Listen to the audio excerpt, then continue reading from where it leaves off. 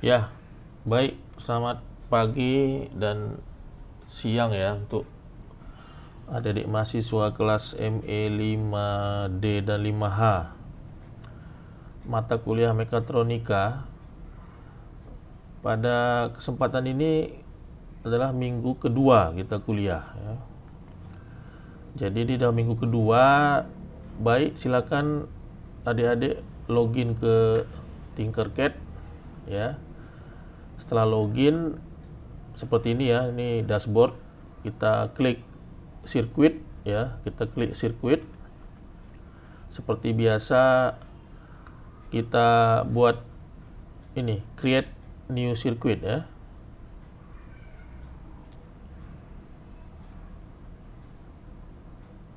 Nah, ini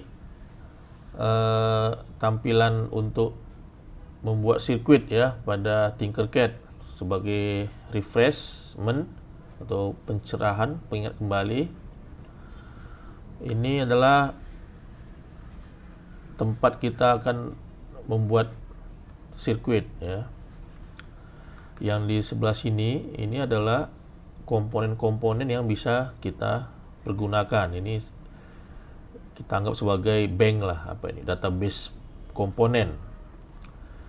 Pengalaman saya ini udah jauh dari cukup yang kita butuh ya. Apa aja ada di sini ya. Nanti akan kita pelajari pada kuliah ini ya, beberapa komponen yang penting dan mendukung lah untuk dipakai di kuliah kita, mata kuliah mekatronika ya. Dan ini sebenarnya komponen ini semua ada nyatanya, ada fisiknya ya. Anda bisa beli, kita bisa beli di pasaran ya, mungkin dapat Tokopedia kan. Anda bisa searching aja. Nah, kuliah kali ini seperti biasa karena ini sudah mekatronika kali kedua yang Anda dapat ya. Semester lalu kan di semester 4 juga sudah ada mekatronika juga ya, kuliah sebelumnya, dan sekarang adalah lanjutan dari apa-apa yang telah Anda terima. Sebagai catatan, kelas D dan kelas H ini kan semester lalu juga mengambil mata kuliah saya, mekatronika kan.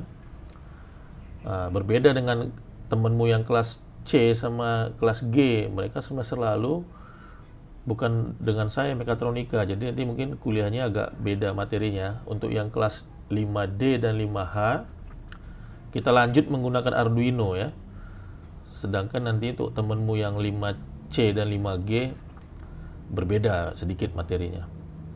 Baik, seperti biasa kita bisa pasang Arduino ya di tempat pembuatan sirkuit ini ya, di apa nih kita bilang ini, di window yang sebelah yang besar ini ya, window utama ya. Nah, ini sebagai pengantar lah. Ini Arduino ya. Jadi Arduino itu merek dagang ya. Ini merek ini Arduino. Sebenarnya microcontrollernya itu yang ini. Ini namanya ATmega 328P. Anda bisa cari ya, ATmega 328P datasheet kalau Anda mau lihat datasheetnya ya. Ya, seperti ini ya. Nah, jadi ini tadinya ini produksi Atmel ya, Atmel nama produsennya, tapi kemudian Atmel ini diakuisisi oleh Microchip. Jadi sekarang sudah punya Microchip. Tadinya ini Atmel ya. Ini dia 328P 8 bit AVR microcontroller with 32K bytes. Ya, nanti kita pelajari lah apa ini. Artinya ini 8 bit dan dia punya 32 kilobytes memori flash, yang artinya memori menyimpan programnya gitu. Nah, jadi ini tergolong RISC ya, Reduced Instruction Set Computing. Nah, ini juga pelajaran di luar kita ini orang elektro yang tahu ini ya. Ini jadi ada dua jenis arsitektur besar lah untuk mikroprosesor ya. Satu namanya CISC, Complicated Instruction Set Computing, itu yang punyanya Intel dan kawan-kawan. Satu lagi RISC, RISC ya, Reduced Instruction Set Computing. Ini punya MIPS ini yang punya nih ya. Nantilah kalau ada waktu kita bahas lah. Jadi ada dua pemain besar, CISC dan RISC ya. Jadi RISC ini kelebihannya nanti kita pelajari, dia ya ini orang bilang Harvard arsitektur gitulah ya. Nanti kita pelajari. Oke, jadi dia sebagai gambaran ya. Ini microcontroller kita ini. Ini saya zoom sebentar ya. Jadi seperti saya bilang tadi, kecepatannya sebenarnya kecil ya, 16 MHz. Nah, kalau Anda bandingkan sama kecepatan mikroprosesor laptopmu atau handphonemu ya, smartphonemu ya, ini kecil lah ya. Kalau laptop itu kan sekitar 2 GHz ya, kalau komputer desktop sekitar 3 sampai 4 GHz kan. Kalau handphone mungkin sekitar 2 GHz lah ya. Giga, berarti kan ini mega ya, berarti ya 25 kali lebih cepat, mungkin 50 kali lebih cepat lah laptop dengan prosesor Core i5 gitu ya. Apalagi Core i5 lah ya, generasi 4 sampai generasi ya sama lah, generasi 10 sekarang ya. Nah, kalau handphone juga yang mungkin ya Snapdragon. Saya kalau prosesor handphone kurang ngikutin saya ya. Tapi ya yang saya tahu kira-kira 2 GHz lah kecepatannya. Kalau 2 giga berarti 2000 MHz kan. Anda bisa bayangkan lah, ini 16 MHz. Kemudian ini memorinya ya. Ini non volatil. Apa arti non volatil? Non volatil artinya suatu jenis memori yang tersimpan permanen, artinya ketika listriknya padam atau ketika si prosesor ini kehilangan daya listrik, si memori tadi tetap tersimpan gitu. Itu namanya non volatil ya. Memori permanen lah. Nah, seperti yang saya sebutkan tadi, dia memiliki, jadi seri 32 ini angka 32 ini artinya 32 kilobytes ya. Ingat, nanti ada perbedaan antara bytes dengan bit ya. 1 bytes 8 bit. 32 kilobytes ini flash memory untuk program. Nah, jadi kita memprogram itu nanti disimpan programnya di flash memory. Flash memorinya besarnya 32 kilobytes. Terus Anda bayangkan, Pak, saya punya flash disk, Pak. Tapi 8 GB. Ya iya, sama-sama flash memory ya. Yang ini cuma 32 kilobyte. Kalau flash memory Anda mungkin 32 GB ya kan. Lalu sekarang 64 GB ya, beda lah ya, kelasnya. Ini kan namanya microcontroller. Microcontroller ini kan prosesor yang sederhana ya. Dia kan diperuntukkan untuk mengontrol device-device yang sederhana, untuk keperluan rumah tangga, untuk macam-macam ya. Tapi jangan silap, lebih banyak diproduksi microcontroller daripada prosesor ya. Microcontroller ini ada di hampir semua peralatan, di AC, di kulkas, di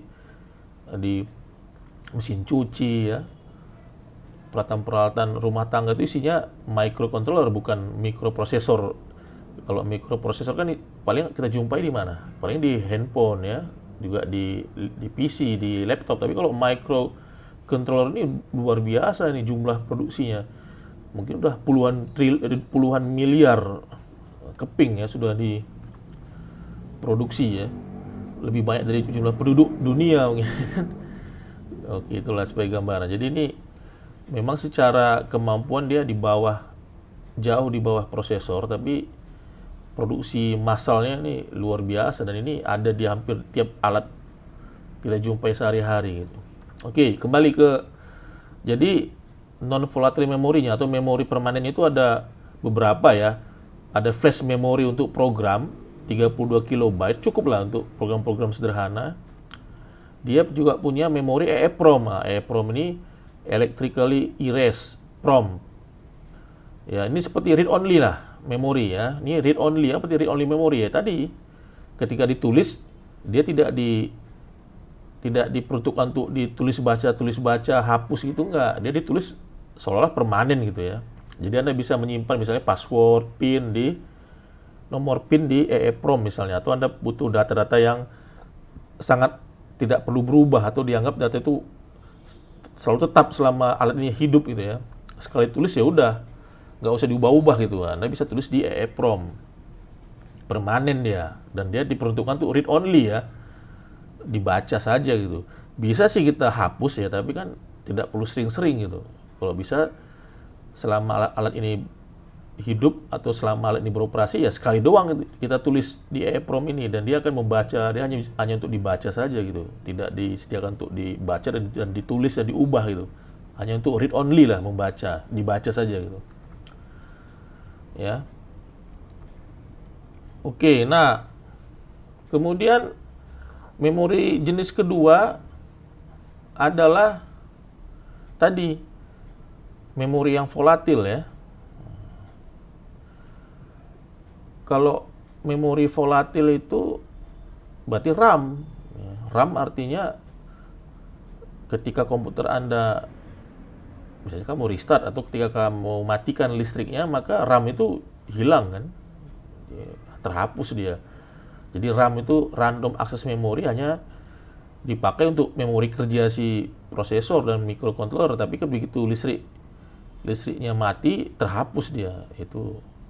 Tapi kalau non volatil, dia memorinya walaupun listriknya mati dia akan tetap tersimpan ya. Ini masalah timer sama counter nih nanti kita detailkan ya. Timer tuh ya kayak timer lah ya, seperti waktu ya. Dia bisa kita atur, misalnya ada suatu rutin di sini yang berlangsung selama 10 milisecond misalnya, bisa pakai timer. Counter nih penghitung lah ya. Misalnya kamu buat aplikasi untuk menghitung berapa kali switch ini ditekan misalnya. Asal kamu tekan, counternya naik 1 misalnya, tekan sekali angka 1 tersimpan, counternya jadi angka 1, tekan lagi yang kedua jadi 2, 3. Jadi dengan menggunakan counter kita bisa menghitung berapa kali kejadian itu berlangsung kan, kira seperti itu. Nanti kita pelajari lebih detail. Ya, kemudian ini PWM ini pulse width modulation. Nah, ini juga nanti ada hubungannya lah ya. Ini bisa dipakai juga untuk mengontrol motor DC gitu demikian ya. Nah, ADC. ADC ini ya analog to digital converter. Bagaimana kita mengubah sinyal analog menjadi digital. Nanti juga kita pelajari apa itu sinyal analog, apa itu sinyal digital. Nah, ini serial programming ya lah, atau serial interface ya. Jadi microcontroller bisa berkomunikasi dengan device lain menggunakan protokol serial ya. Nanti itulah ada macam-macam tuh. Ada yang RS-232 ya, yang biasa kita pakai untuk berhubungan dengan komputer atau desktop. Ada I2C ya, macam-macam lah ya. Nah, nanti saya jelaskan ya, ini I2C ini termasuk serial communication semua ini ya. Kemudian dia juga punya apa ya, ada sleep mode ya. Ini nantilah, ini bisa idle, ini untuk kita bisa program si microcontroller itu kondisinya misalnya standby gitu ya. Jadi kalau standby kan dia lebih hemat dayanya gitu kan.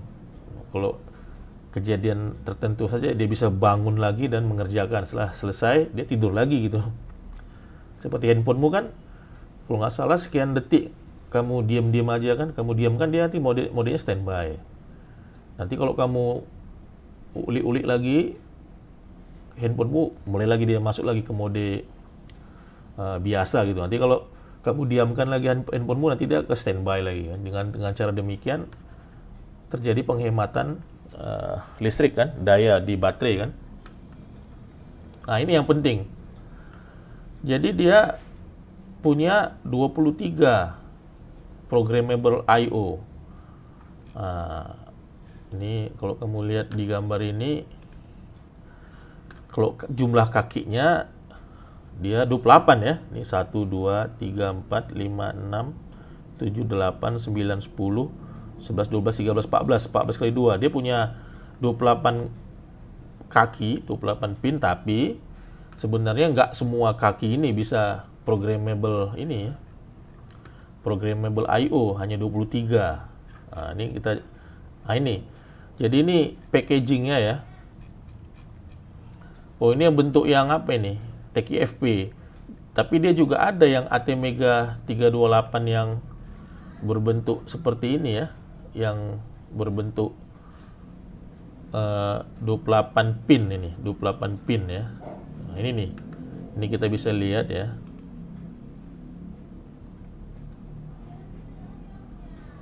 Sebentar ya. Ini. Nah, ini. Jadi inilah Atmel ATmega 328P yang ada di sini. Ini sama ini. Ini binatangnya, detailnya ini. Ya. Ini. Jadi dia punya 28 pin.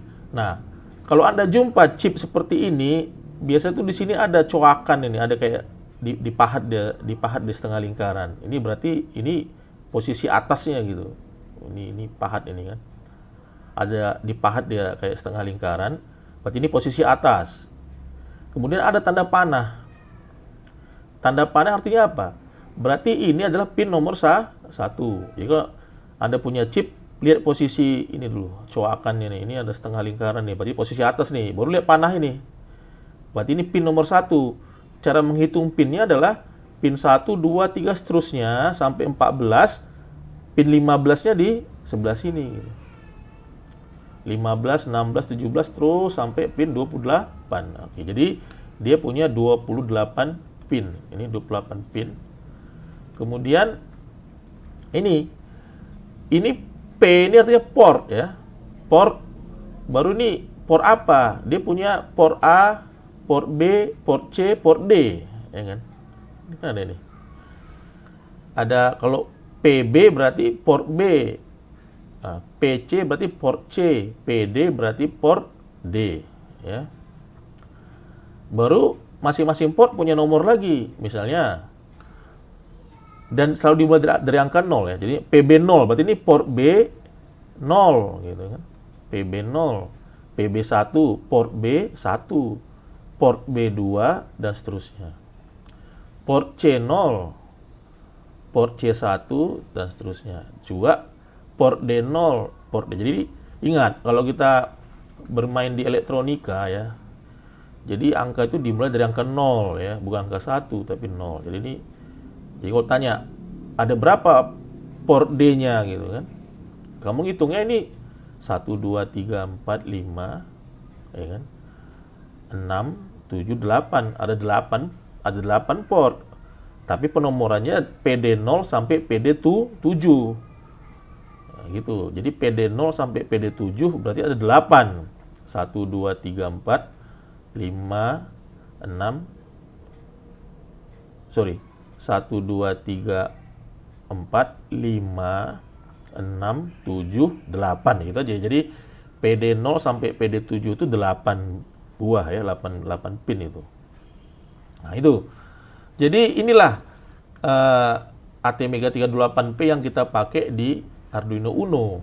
Saya ulangin ya, ini sebagai gambar awal lah supaya kamu nggak bingung. Jadi Arduino Uno atau yang ATmega 328P ini dia punya port ADC ada. Ini ADC nih. ADC 0, 1, 2, 3, 4, 5. Jadi dia punya 6 port ADC. Apa tuh ADC? Nanti kita pelajari. Analog to digital converter. Jadi 1, 2, 3, 4, 5, 6. Jadi dia ada 6 port ADC. Kemudian ini Misomoshi ini namanya SPI ya. SPI communication lah. Oke, nanti kita pelajari. SPI itu ada clock, ada Misomoshi ya, ada chip select ya. Juga dia punya ini namanya komunikasi serialnya. Jadi ada RxD, ada TxD. Biasanya dua pin ini yang saya hubungkan ke komputer via USB to serial programmer. Jadi kita bisa hubungkan nih melalui port USB, tapi ada alat namanya USB to serial communication. Kita hubungkan ke PD0, PD1. Jadi ini alat ini menggunakan port ini kita bisa komunikasi ke komputer atau ke laptop gitu ya. Ya, kira-kira itulah gambaran dasar ya. Jadi, nah, jadi ini kan pin layout berdasarkan si produsennya ya, si Atmel-nya nih. Sedangkan di Arduino juga membuat penamaan gitu. Jadi saya ulangin. Ini adalah penamaan berdasarkan datasheet dari si ATmega 384. Jadi penamaan ini yang bikin ya si pembuatnya, si pembuat chip ini, si Atmel. Sedangkan yang sebelah sini adalah penamaan yang diberikan oleh Arduino. Nah, contohnya ini. Nah, ini kan di Arduino kan juga ada penamaan ini. Nah, ada penamaan. Ini penamaan versi Arduino ya. Ini penamaan versi Arduino. Sedangkan yang ini penamaan versi Atmel gitu kan. Nah, sekarang kita buat kesamaannya itu, hubungannya. Misalnya ini si kaki nomor 28 ini, si kaki nomor 28 ini, yang mana kakinya itu? Yang mana binatangnya? Kalau ini pin 1, maka inilah pin 28, betul nggak? Berarti si kaki ini pin 28, PC5 nama si Atmel. Kalau di Arduino namanya analog input 5. Yang mana analog input 5 di Arduino? Analog input 5 adalah ini A5. Nah, jadi yang ini sebenarnya pin yang ini tuh, ya kan? Oke, berikutnya contoh nggak apa-apa, kita pengenalan kan. Ini misalnya kaki nomor 23 ini. Kaki nomor 23 ini PC0. Dia ADC0 juga, makanya di Arduino namanya analog input 0. Yang mana analog input 0? Jadi kaki 23 ini terhubung di Arduino namanya ini analog input 0. Yang mana analog input 0? Ini A0 ini gitu. Ya sekitar sini lah tadi yang kakinya kan. Saya juga pokoknya kaki 23 lah. Contoh lah yang ekstrim lah. Ini pin 14. Ini pin 14. Apa pin 14 ini? Kalau di Arduino namanya digital pin 8. Nah, yang mana digital pin 8?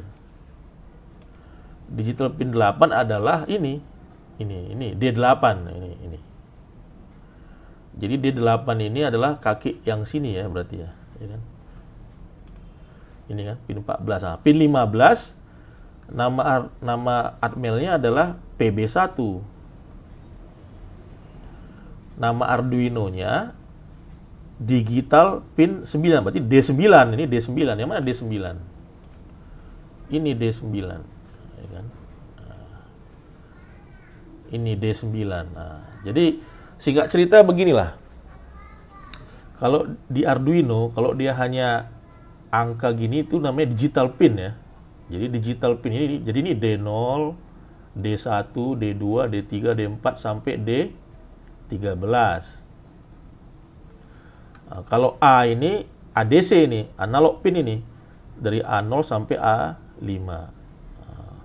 Oke, jadi Anda bisa tahu lah sekarang hubungan antara membaca diagram pin dari pembuat chip si Atmel dengan pin yang ada di Arduino. Ya, jadi nanti tabel inilah penghubungnya. Saya ulangi, misalnya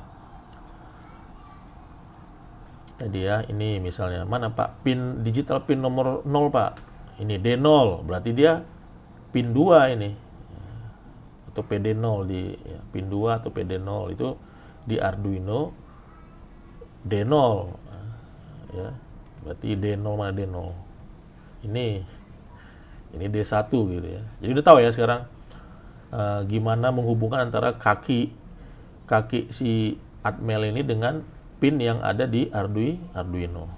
Oke, beberapa hal lagi yang Anda perlu tahu. Ini 5 volt ini berarti ini Anda bisa ambil listrik 5 volt dari Arduino dengan syarat ya Anda hubungan ini dengan listrik juga gitu. Sebelumnya. Jadi Arduino ini untuk menghidupkannya ada dua cara. Cara pertama adalah menggunakan koneksi USB. Jadi Anda hubungkan si Arduino ini dengan koneksi USB ke komputer misalnya, maka dia akan mendapat daya 5 volt karena Anda tahu ya. Jadi ada daya yang bisa kita kasihkan lewat USB. Jadi hampir semua device yang pakai USB itu dia bisa menerima daya dari USB juga. Jadi USB ini ada port untuk suplai listriknya gitulah. Ya. Kalau nggak salah ini ada 4 pin ya. 2 pin tuh ya untuk ini, untuk VCC sama ground ya. Jadi device itu bisa dapat listrik dari USB, termasuk si Arduino ini. Begitu Anda sambungkan ke USB, satu lagi ujungnya ya ke komputer misalnya, maka dia akan mendapat listrik dari USB ini juga gitu. Nah, cara kedua, Anda menggunakan ini namanya jack DC ya. Ini sama juga dengan jack laptop Anda, kan ada kan jack DC untuk laptop, sama itu. Bentuknya kayak ya Anda bisa ngerti lah, bisa bayangkan lah. Jadi ini Anda tinggal colokkan.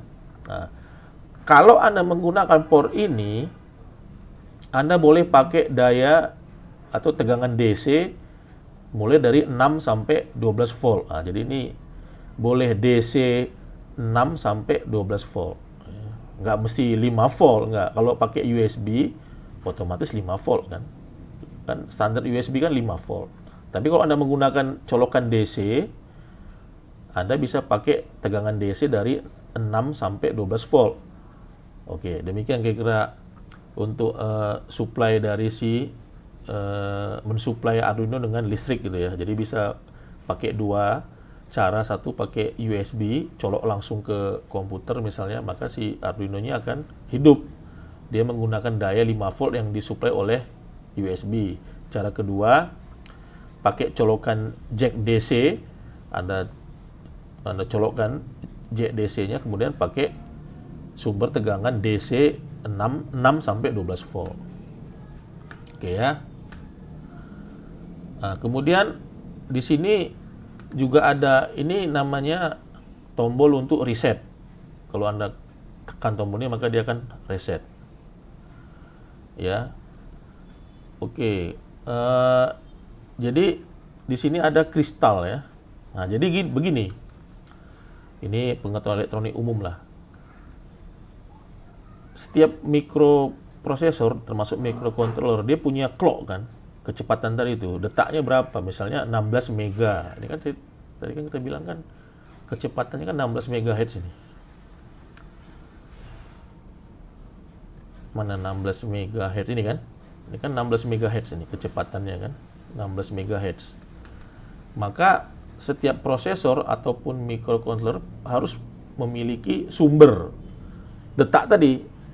Ibaratnya kalau manusia itu apa sumber detak kita? Jantung kan. Jantung kan punya ritme kan, berapa per second. Misalnya jantung saya orang bilang jantung saya itu berdetak sebanyak 90 kali per menit misalnya gitu kan, 90 bps gitu kan. 90 kali dia berdetak per menit ya. Kalau ini kan satunya hertz ya. Ini 16 MHz. Jadi apa dari mana microcontroller ini mendapatkan sumber clock tadi? Namanya dari sebuah komponen yang namanya kristal ya. Nah, ini kristal itu binatangnya ini kristal nih. Ada bacaan kan sini? 16.000. Nah, berarti ini kristal ini penghasil clock 16 MHz. Nah, itu aja. 16.000 ini artinya 16 MHz.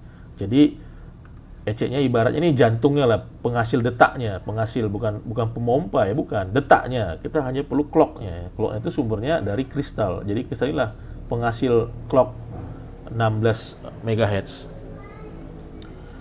Baik, untuk yang pertemuan hari ini pengenalan singkat Arduino seperti ini ya.